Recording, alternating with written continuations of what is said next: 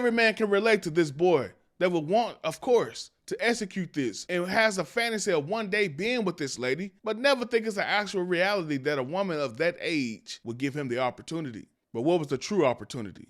How did this opportunity come to fruition? I submit to you, it was complete negligence by the parents. What's up, everybody? My name is Mel, and welcome to Life Coaching by Mel. Here at Life Coaching by Mel, we speak truth regarding the family. And it's not my truth, it's not your truth. The line of demarcation on this show is the Word of God, the Bible. If you're new to the channel, do me a favor, hit that subscribe button, hit the like button, hit me in the comment section. Let me know what you think about this topic. We're here every Wednesday at 6 p.m. Central Standard Time on YouTube and wherever you may find your podcast with a new episode. Do your part to help the channel grow by sharing this with at least one person. Matter of fact, share it with everyone you know. Today is going to be a bit of a touchy subject, a little bit different than what I normally discuss, but it's definitely something that impacts the family on a grand scale. We're going to talk about adults and more specifically teachers molesting or SAing or even raping little children. This is one of those topics that's near and dear to my heart, and we're going to get right into it with this crazy story. The headline on New York Post says, Madison Bergmann, teacher busted for making out with 11-year-old, allegedly moved his desk so she could rub his legs during class. This was just on the week of May 7th that the story was published.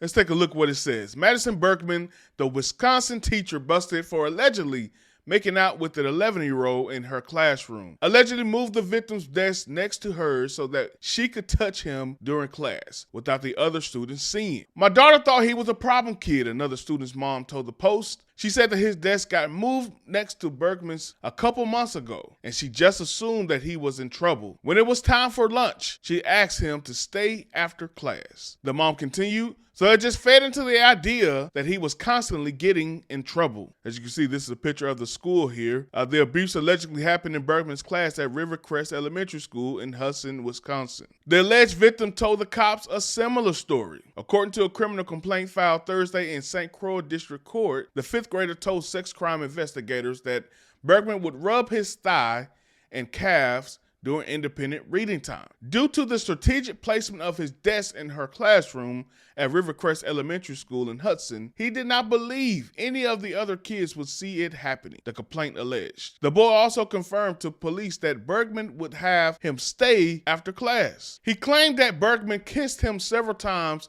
in her classroom, either after school or while the other students were at lunch. Bergmann, 24, is charged with first-degree child sexual assault of a child under the age of 13. And what we're about to read here, ladies and gentlemen, is the reason for today's video. What sparked me to want to talk about this topic? Let's check this out. The boy's family had befriended Bergmann, even going with her on a ski trip to Afton Alps, a nearby resort. Bergmann told authorities she received the boy's number during that weekend. Last week, the boy's mother overheard a troubling phone call and alerted the boy's father. According to the complaint, the father confiscated the boy's phone and read his text messages. In one text, according to the complaint, Bergmann told the boy that she wanted to just grab your face and push you to the floor and make out with you. In another text, she allegedly told him, I almost kissed you when you were on the ground today, but I got distracted by your stomach. It's an 11-year-old, ladies and gentlemen. The boy's enraged father printed out the text and took them to the school. Authorities immediately opened an investigation. Cops searched Bergmann's backpack and allegedly found a folder with the victim's name on it. Inside were several handwritten letters. In her notes, she tells him that she loves him, wants to kiss him. He turns her on, and that she is obsessed with him, the complaint says. Bergmann is free on $25,000 bond. She has disabled her social media and is not allowed on school property or at school events. It is unclear if she has yet hired an attorney authorized to speak on her behalf. Additionally, Bergmann, who was engaged to be married to Sam Hickman, would no longer be walking down the aisle in July. It's been indefinitely postponed, a pal of her fiance told the Post Saturday, and it probably won't happen. He is really upset and heartbroken. He's embarrassed and pissed. He didn't deserve this. Everyone is pissed. Everyone is pissed. I would say, quite frankly, I don't think they pissed enough. I've been saying for the better part of the last 5 years that modern teachers are some of the most crazy people you'll ever meet in life. I can't remember the last time I met a fully cognitive, sane, mentally stable teacher that's not either socially awkward, got some type of disability. I'm not saying those people should be exiled from life. I don't get why they're teaching our kids. Oh, yes, I do, because there's a teacher shortage. Nobody wants to be a teacher nowadays. And that's twofold. We know that they don't get paid much, and we do know also that the kids, since COVID, have taken things up even a higher notch than ever before regarding the activity level and their behavior issues. So I'm gonna be frank here and say that the bar has been set so low regarding what it takes to become a teacher, what it takes to be a part of the school administration, what it takes to become involved with the school district whatsoever. And I know this for a fact because I did some side work a few months ago with the school district along the lines of bus driving that I realized it didn't take nothing. All I had to do is go up there and say, I would like to do this. I was hired the next day. Quick little background check. But what is the background check when it comes to somebody who wants to do evil? Just like this young lady here. She's a first-time offender. So yes, a background check would not show that she's capable of doing this type of thing. But her age will. She's not much older than this young boy. So of course, she's more prone to do something of this nature. He's more prone to be attracted to someone of her age. What happened to the Miss Idas, the Miss Irenes, the Mr. Otises, the Mr. Charles? What happened to Mr. Johnson? Like, where's the old teachers? I'm not saying they are less likely to want to be with a child, but a child is probably less likely to want to be with them. I didn't look at Miss Williams with that girdle and, them stockings. I didn't look at her with any type of attraction at 11 years old. Why are we so willing to just hire anyone? 24 years old, I would think she would be a student aide, getting her feet wet in the system, learning what it means to be around children day in, day out, and proving that she's not capable of doing something of this nature. But no, it's a high probability that she was hired right out of college without any type of evidence of what her character is. Chris Hansen, the guy who does the Child Predator show, or used to do it, or he does still do that content to this day,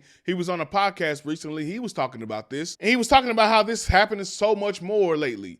What is going on with the teachers nowadays? Why are women doing this way more than they used to do? I'll be honest with you, I get so sick and tired of hearing baby boomers and Gen Xers talking about how things were back in their day and how things were not as bad as they are now. That the Gen Zs and the millennials are just taking things so far, too far. No way in the world they could ever get away with that in their day. No, Chris, there's nothing new under the sun. The truth about what's happening now is that things are far more exposed. It's so much easier to get caught. And when you do get caught, people have far more resources to now turn you in. But women have been doing this at least my entire life. Because you're looking at someone who has definitely been SA'd by older women. There's so many men I know personally, and I'm sure so many men around America that can say the same thing, that you were SA'd, molested, taught things way beyond your age, things that you were not prepared for, and no one was there to protect you. And if you dared told someone, every single person would laugh at you and tell you you should have enjoyed it. These are two people that are caught up in fantasy world. When I look at people who are willing to SA or do anything towards a young child, that's something repressed within them. It's something that they did not get to satisfy or execute when they were at that age. This woman is engaged to be married to a man of her age, apparently in love. But that in love stage don't have anything compared to do with that fantasy and that desire that she wanted when she was 11 years old and never got the time of day from guys apparently like this young man. And the other fantasy, of course, is the young boy. Every man can relate to this boy that would want, of course, to execute this and has a fantasy of one day being with this lady, but never think it's an actual reality that a woman of that age would give him the opportunity. But what was the true opportunity? How did this opportunity come to fruition? I submit to you, it was complete negligence by the parents. And that's the point of today's video. I'm angry with the parents, not just these parents. I'm angry with parents across the board. And I know as soon as someone like myself begin to talk harsh towards someone or be critical, the first thing people want to say, or who are you to judge? We want to break down this person and disqualify them, so to speak, so they can't say what they're saying. You want to disqualify the messenger instead of listening to the message. I get it. I don't have any kids at the moment, but my wife is pregnant right now, and we're preparing doing everything we can to put our minds on what can we do to create the safest environment for our children from the day she's born to the day that we send her off to her husband. And I would 100% take the blame for anything that happens to my daughter, especially if I'm the one that introduces it to my daughter. If I'm the person who put the predator in their pathway, it will be 100% my fault. And I understand that this assailant and this predator and this lady deserves to be under the jail if it's left up to me. But what about the parents? When are we going to hold parents accountable for the bull crap that they do to their children, that they allow around their children? You are the first line of defense. You're the first protector. How are you protecting him? By bringing her around him? What does a teacher need to go to a family vacation for? What happened to teacher-parent night? That's all the one-on-one contact you need with this teacher. I'll tell you what it probably was. The mom was probably looking for a friend, and the dad probably looking for a new sex buddy. But you put your son in danger by chasing your own desires. You can look at all the men that's been taken down over the years for SA and child molestation. The most popular case being the famous singer R. Kelly. You could take his case and say, man, you should be under the jail. I'm with you on that. But what about those parents that took those girls to R. Kelly? What about those parents that got paid to sacrifice their daughters? What about them? No accountability? And most of those girls, no excuse, but most of those girls was upper age where they have cognitive understanding where they can make a decision for themselves. Most of them, if they wasn't having sex with R. Kelly, they probably would with somebody else. But this 11-year-old, no, we need some parent accountability. Something needs to happen to them. Whether it be a fine or some jail time, a precedent needs to be sent that if you are negligent towards your child, you will be held accountable. The boy was innocent, but he knew what he was doing.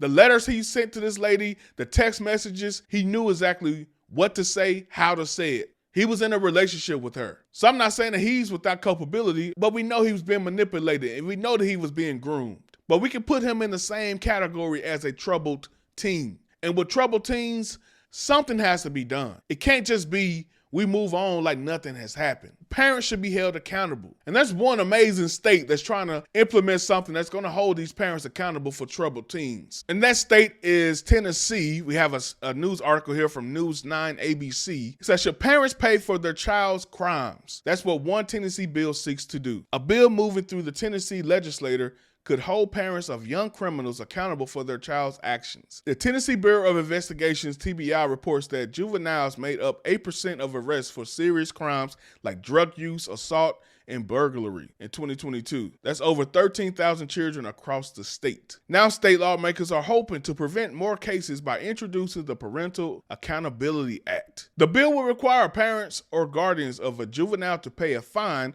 or provide community service if their child is found guilty of criminal activity. But it's received some pushback from organizations who say the bill adds a financial penalty on existing punishments. Jasmine Miller, attorney at the Youth Law Center, says it is important to understand that Tennessee juvenile justice system already does impose fines and fees on parents. The bill sponsor says a child's parent or legal guardian needs to be held financially accountable for a juvenile offender's actions. But Miller disagrees, claiming if passed, this will make family members less inclined to step in. Grandparents and extended family members who make the decisions to step in and take legal custody of children after they have gotten into trouble would be fined if they can't fix the situation immediately, which will make it less likely that a family member will be willing to step in, Miller says. Miller testified against the bill. It would require a juvenile offender's guardian to pay up to $1,000 if they commit a crime. What I'm intending to do with this bill is we need to do whatever we can to try to get the attention of parents so that raising their kids is something that is higher on the to-do list, Senator Brent Taylor says. We did some digging and found that the TBI says that the juvenile crime is actually dropping. Their numbers show a 1% decrease in juvenile arrests from 2021 to 2022. This is not meant to be preventative, but if it encourages parents to pay a little closer attention to their children and what they are doing, then I think it would all have been worth it, Senator Taylor says. Although it passed the Senate, some expressed concern that it would not achieve its goal. I don't know that this would be preventative. I think this would be